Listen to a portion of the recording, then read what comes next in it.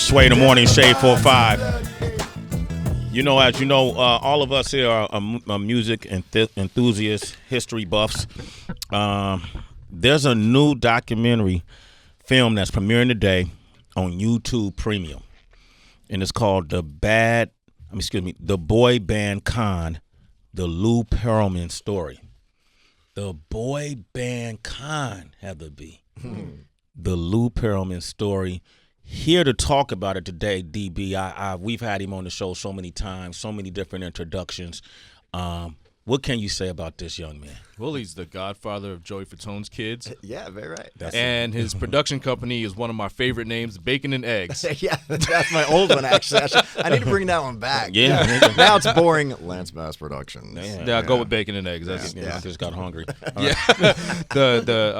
one of the best-selling boy bands of all time with NSYNC, and I mean these guys, we've had them. I think we've had just about we had everybody here on the show, I believe, and they always tell great stories when they come by of their past and what's going on now. And so he's producing this documentary now, The Boy Band Con, which premieres today on YouTube Premium. Please welcome Lance Bass. Lance Bass. Well, hello, fellas. How's it going? You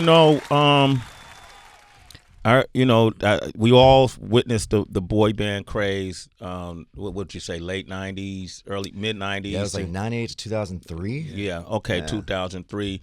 If you include New Edition, that would be sooner. But at least the ones that came under the umbrella of Lou Pearlman, yes. Right? And it's interesting because watching these success stories and how tremendous success all you guys experienced in a boy band, you never know what goes on behind the scene. Mm-hmm. You know, people see you happy, they see you in videos, they see you on tour, they see you making money, but they don't know what goes on behind the scenes. Well, it's your job to make it seem like everything's great. You know? Yeah. You want the fans to be happy. But here's the thing. Lou Pearlman, record producer, when you read this description, they say record producer and fraudster. Damn. All right. He was the manager of the 1990s boys bands, Backstreet Boys, NSYNC. In 2006, he was accused of running one of the largest and longest running Ponzi schemes in history, leaving more than $300 million in debt. After being apprehended, he pled guilty to conspiracy, money laundering, making false statements during a bankruptcy proceeding. In 2008, he was convicted and sentenced to up to 25 years in prison, and he died in federal custody in 2016. Mm-hmm. This just crushed all of my dreams about what it must have been like to be a member of the boy band. Like that was we was watching Disney happen, in our minds. Yeah. I mean, and we were having a blast. Obviously, it was the beginning of our career, so we were having an incredible time. They kept us so busy, we didn't have time to look at the business side of everything. Okay. So about 3 years in, after #1 albums and #1 tours and selling crazy amounts of merchandise, we realized, oh, wait, we haven't gotten paid yet. Not even a dime. We were making our per diem, which was $35 a day, but we didn't make anything. So, our first check came, and it was missing a few zeros. It was missing. So you mean all that time that y'all was selling out arenas, you were only getting $35 a day in your pocket? Yep. Who were your managers? We had Lou. Individual. Oh, Lou was your Lou manager. was our manager. Who was your attorney? What you gonna say, motherfucker? Okay. All right. Well, who was your attorney? Somebody Lou recommended. Lou's attorney. Say something. Well, who are your parents? Damn it. Lou daddy. Hell, man. He was Papa Lou. Papa Lou. Oh my gosh! But I was 16 years old, so this was his whole scam, right? He was the sixth member of NSYNC. He was the sixth member of Backstreet Boys. He was the sixth member of every group that he would fund because you wouldn't have to pay him for a management commission. You wouldn't have to pay him as the president of the label. You didn't have to pay the lawyer fees that he would incur because he was the sixth member. That was going to be his part of being in the group. Well, he quadruple-dipple. He put his hands in everything. So he lied to us about why he was the sixth member of NSYNC. Rich Cronin of LFO went on record and said that he had only received a fraction of his money as well, and he claimed that Pearlman wanted to bang everyone. Yeah. Yeah. What does that mean? He got stories. He went on Howard Stern and told a really crazy story, and I tend to believe him. I mean, how did the story go? Kind of. There was when we're all started in Germany. There was a record exec or one of Lou's partners, that I guess wanted to sign them, but in order for them to sign, they were going to have to play with each other's penises. So Lou was like, and then this is all just rumor, but this is what Rich told Howard. But then and then Lou said, well, but you're going to have to practice on me, and I'll get you through this because I was a minor in psychology, in college, so I'll get you through this. Did they do it? No. I mean, but they got signed. Well, they did get signed. Wow. I seen LFO on tour. Yeah. Wow. Summer girls. Mm-hmm. Yeah. Lance, you weren't out back then, though. No, right? no. Okay. So did he look you in your eye? Anything? No, I mean, I always I assumed that he was probably gay just because as a closeted, kid, I kind of was like, well, I kind of feel bad for this guy because, I mean, he does have a lot of little boys around him at all times, right? Good point. But the only thing that I ever felt a little strange about was he was very touchy-feely. It's kind of like, back in the 60s, you hear all the bosses kind of, go up to the the secretary, the Joe Biden thing, just like smelling hair, smelling hair. So he was very touchy feely, but he was like that with everyone. And then his big thing was he also was a minor in physical therapy. He had a lot of minors in college, and around him. Yeah, exactly. But he would manipulate your muscles, and say, so it looks like you worked out. So before a photo shoot, he would massage you in a way where your muscles looked bigger. Who are y'all that you bought into this shit? I'm like, come on, man. What kind of did y'all live in bubbles your whole life? No, I mean, but that's it's part of that grooming thing that we're all learning about. Now, what it is too is when you're aspiring artist, you have this kind of opportunity. And back then, in the late '90s, early 2000s, it was a different record business, and it was harder to break in. And you understood that in the culture, there were certain things you had to do. Sometimes you probably suppress what it is, how you truly felt, because you didn't want to mess up the deal. You didn't want to necessarily lose the opportunity. So you might be a little more lenient to a manager saying, hey, I want you to look good for this photo shoot, so let me buff up your muscles. Yeah. If you grew up in the suburbs in Florida somewhere, that might get it. Can you imagine him trying to do that? Let's say with NWA or somebody like that. Yeah, I don't think it would be the same situation. Come here, Kel. Yo, DMX, come here. Let me massage your muscles for a second. Yo, 50, come here, man. You knock the hell out. Yeah, no, he would be missing some teeth for sure. How much? If you could guesstimate, I'm sure somebody's done it, but how much money do you think in his managing career was he able to help you guys generate, and how much of it is it suggested that he stole? I mean, ultimately, they tried putting a number on it. For the Ponzi scheme and all that, it was about $500 million. Wow. But that's not what he made with all of his bands. I mean, he made, a shit ton of money. Okay. Millions and millions and millions. So he was just a greedy man. Just too greedy. Yeah. I mean, and the thing is, we didn't even after that, we didn't want to get rid of him because we do felt like he had a huge part in starting our career. We just wanted to renegotiate. That's all we wanted to do, was just have a fair deal. And he did not want at all. But see, that's the nature. So when we had De La Soul here, who was celebrating their, was it 30th anniversary? Or the 25th. I feel like it was 30th. 30th anniversary, 3 Feet High and Rising. And they signed with Tommy Boy Records, Tommy Silverman. They wanted to do a re-release this year for the 30th anniversary. But they didn't want to pay De La Soul anything for an album they did 30 years ago. And to your point, they said, look, we want to renegotiate, give us a fair deal, and they weren't willing to do it. I don't think people realize how reckless and ruthless the music business was. It is. But here's the thing, if Lou would have done fair deals, maybe, okay, your first album, everyone gets a wash, great, but in success, renegotiate, and if he would have done that with all his bands, he could have had the next Motown.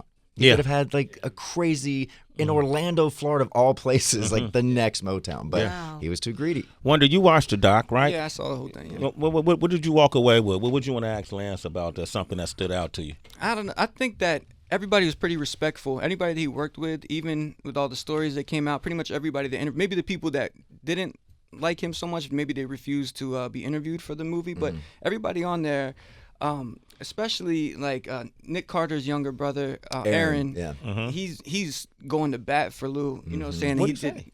that. These are all rumors. He did nothing wrong. He gave everybody their career. So people are really like sticking up for him. He must have made an impact. And they said he was like a father figure to a lot of the guys because they didn't have fathers around in some of the bands. But the other thing about the contract, he said he put him up. He put I don't know if it was you guys or Backstreet. They put up in a house, right? Both of us. Yeah.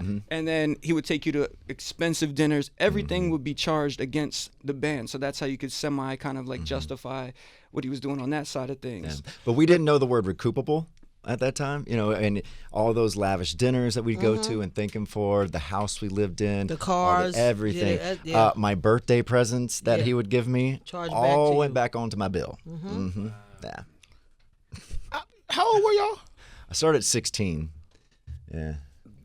Recoupable on the urban side, if you will, is the first thing you learn about. Everything's recoupable. No. So nobody, I just like, that's why I'm at 16. Like, no parent or nobody walked in. Your parents were enjoying the success as well. I huh? mean, we knew not. Look, I'm just a junior in high school in Mississippi.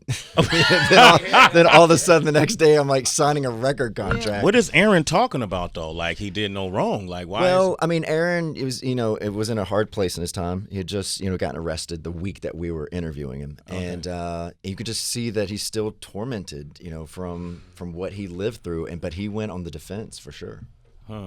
Okay, well, But it was good to have a dissent voice, in the film. Okay, the boy band the Lou Pearlman story is today. You can see it on YouTube Premium. Okay, so speaking of YouTube, Lance, this is not about the doc. I didn't have a chance to see that, but what I did see was you promoting like this amazing cart, and like Prosecco was just coming The out bubble of it. tap trailer. Damn it, that's what I want to talk about. You ladies love this bubble tap trailer. It's hilarious. No, What is it? Like, I need this in my yard. Swear, you put have to see alcohol this in thing. this, though? I know, but I have to. I'm No, it's functioning. great. No, I started a company last year called the Bubble Tap Trailer. It's we take these trailers and we put these kegs of Prosecco and champagne in there, and they just roll up to music festivals and weddings and bachelorette parties, and people freak out over this thing just to kind of get Prosecco on keg. And it just keeps pouring and just keeps going. It doesn't stop. And I read it was like maybe 250 glasses you could sort of get from the. So is this a private? How is this working? Like, tell me about this. Well, two of my girlfriends decided they were in Europe, saw one of these, and they were like, why doesn't America have this? And then we just started building them last summer, and now we have franchises in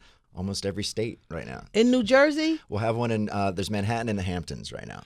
Heather lives in New Jersey. I live in New Jersey. Well, Like, Jersey what y'all will doing to us? Well, it's hard to build these things, and it takes so long to build these things, so we can't build them fast enough. But you got franchises, so we could open a franchise Oh in yeah, Jersey. you want a Jersey franchise? Here, there you go. Absolutely. You need to run the franchise in Jersey. No, then. I'm not even kidding. Let's do it. Sway. All right. Yo, Lance. I'm telling you, they work. Hey man, trust us, man.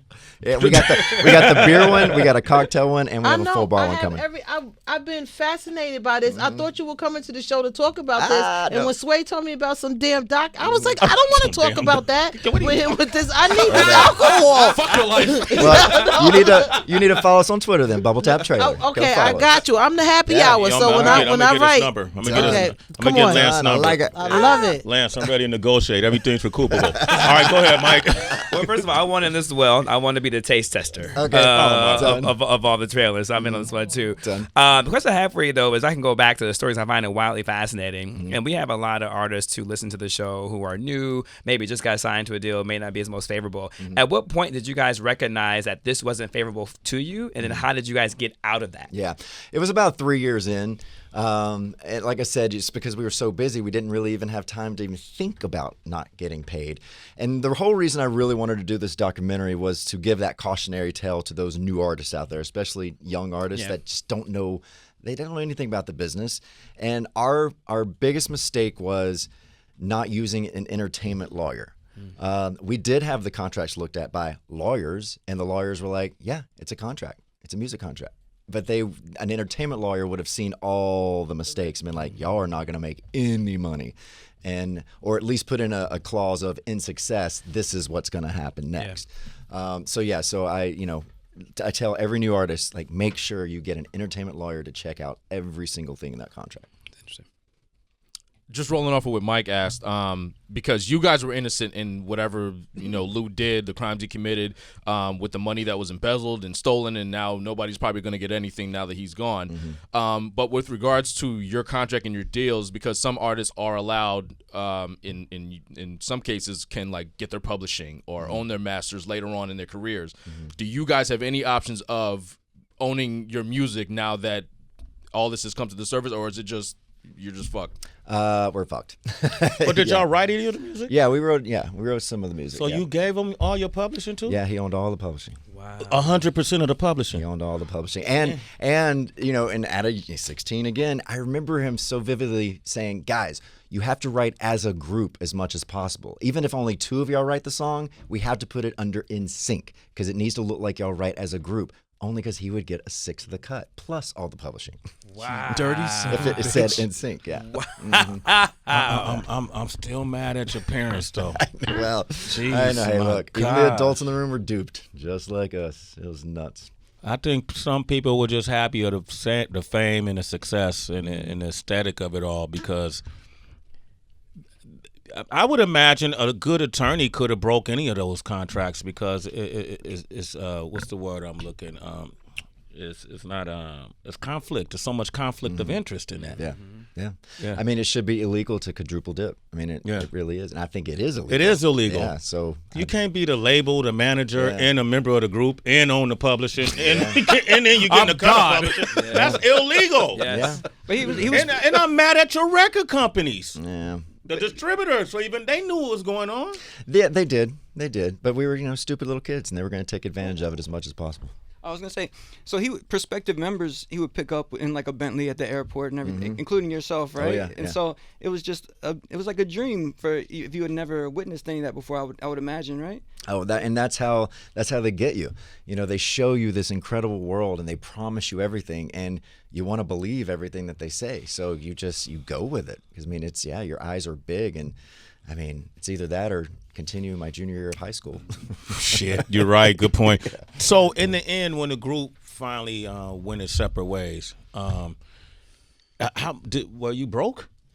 No, we were lucky enough to have a very successful album after Lou. Okay. No Strings Attached is what came after that whole lawsuit, the whole Bye Bye Bye. That was all just an FU to Lou Pearlman. Okay. Now he still made a percentage off that album, and then he made a smaller percentage off the next album, and then the next album that we just didn't end up recording, he would have had 0 on, but we never recorded it. That's when and who messed that up? Sway trying to get me in trouble. Back to the Prosecco trailer. Wow, man. Yo, so he was getting overrides on the following album. Yeah, I get that. I heard those TMZ. Almost got him. He almost said it too. Man, Lance, thank you for sharing this, man. This is definitely a beautiful cautionary tale. Yeah. No, we're very proud of it. Even the tragedy in it, it's a beautiful experience, and the fact that you all have come out of it, and you can laugh about it today. Yeah, we can. We were the lucky ones, and you'll see in the film that there were some that were just not that lucky, and those are the ones you definitely feel for. And I'm just glad that we finally gave a platform for people just to say what they wanted to say. Lance Bass, ladies and gentlemen.